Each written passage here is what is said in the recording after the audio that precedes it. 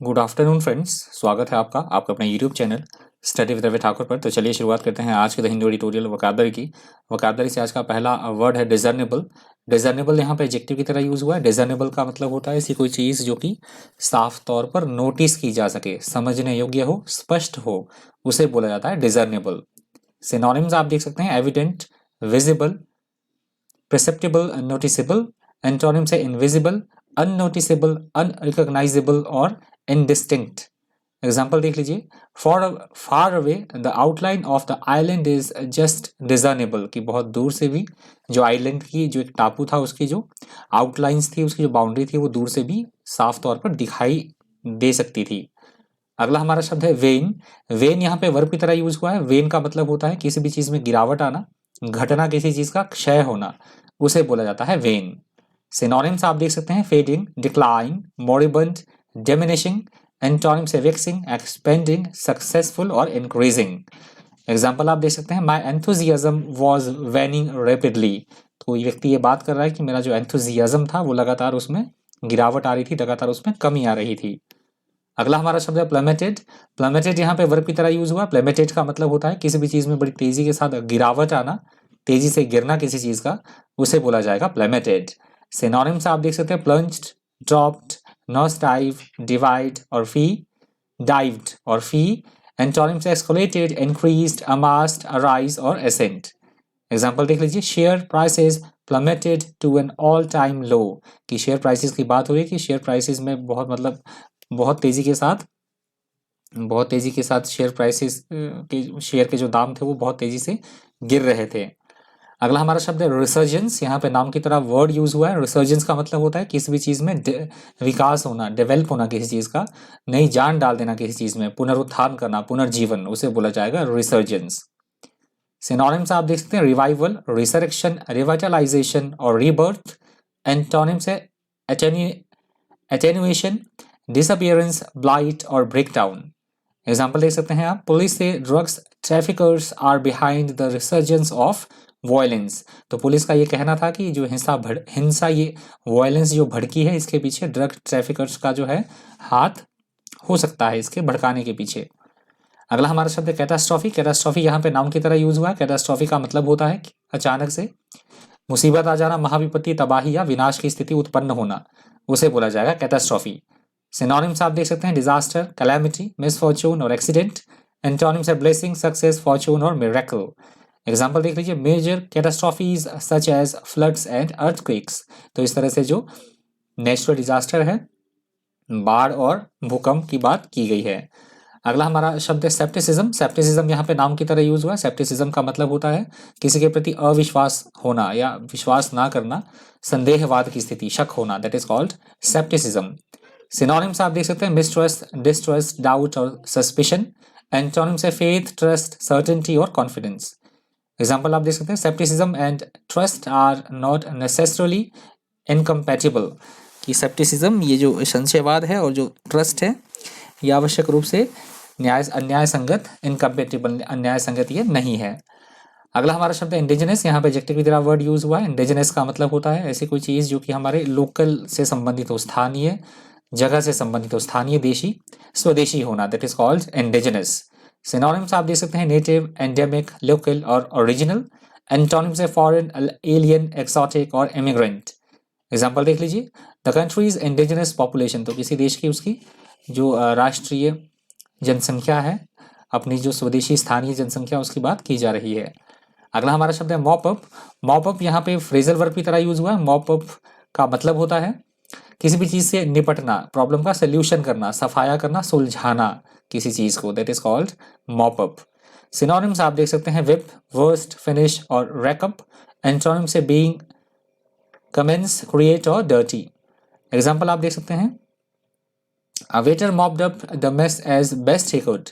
किसी वेटर की बात की जा रही है, रेस्टोरेंट की बात की जा रही है कहीं पे, कि उसने झगड़ा का निपटारा करने की भरपूर, मतलब उसने प्रयास किया जितना वो कर सकता था सुलझाने का।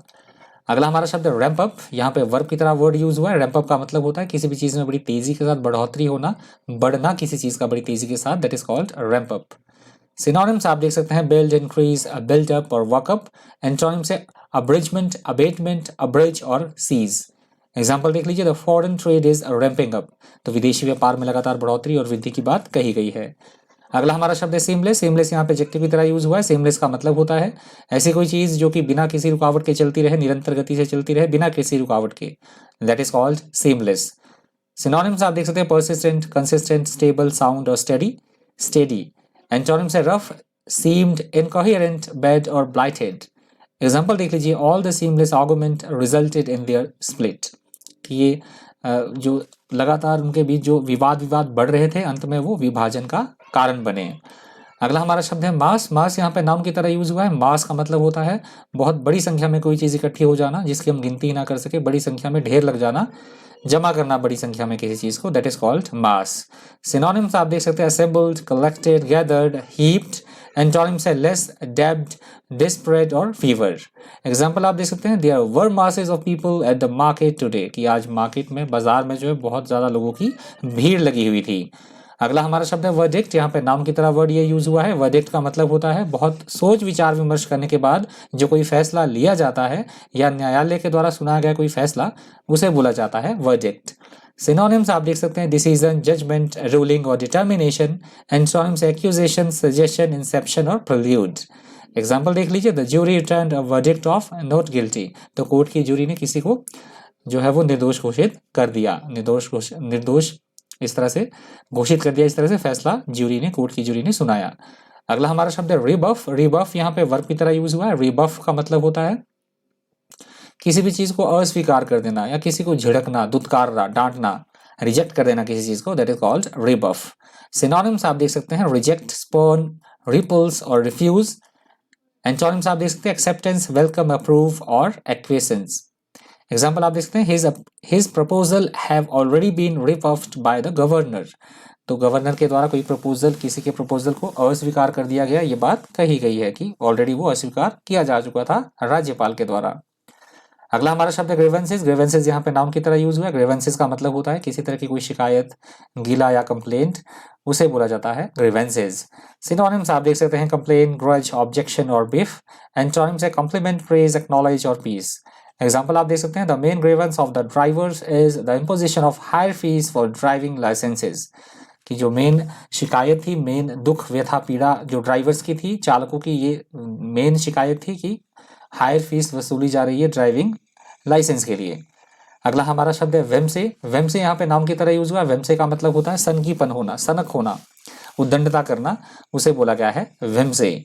सिनोनिम्स आप देख सकते हैं, वेम, कैप्रिस, नोशन, फैंसी और क्वर्क।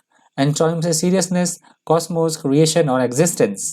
एग्जाम्पल आप देख सकते हैं, he had whimsy about flying to the moon, कि वो बिल्कुल से सनकीपन था उसमें, मून पर जाने के लिए वो बिल्कुल उद्यत था, एकदम सनकीपन सवार था उसके सर पे। ये लास्ट वर्ड था आज की द हिंदू ट्यूटोरियल मुकाबले से। रिवीजन करते हैं, चलिए। पहला हमारा वर्ड था डिजर्नेबल। डिजर्नेबल का मतलब होता है ऐसी कोई चीज जिसे इजीली नोटिस किया जा सके, स्पष्ट तौर पर, स्पष्टतया, उसको बोला जाएगा डिजर्नेबल।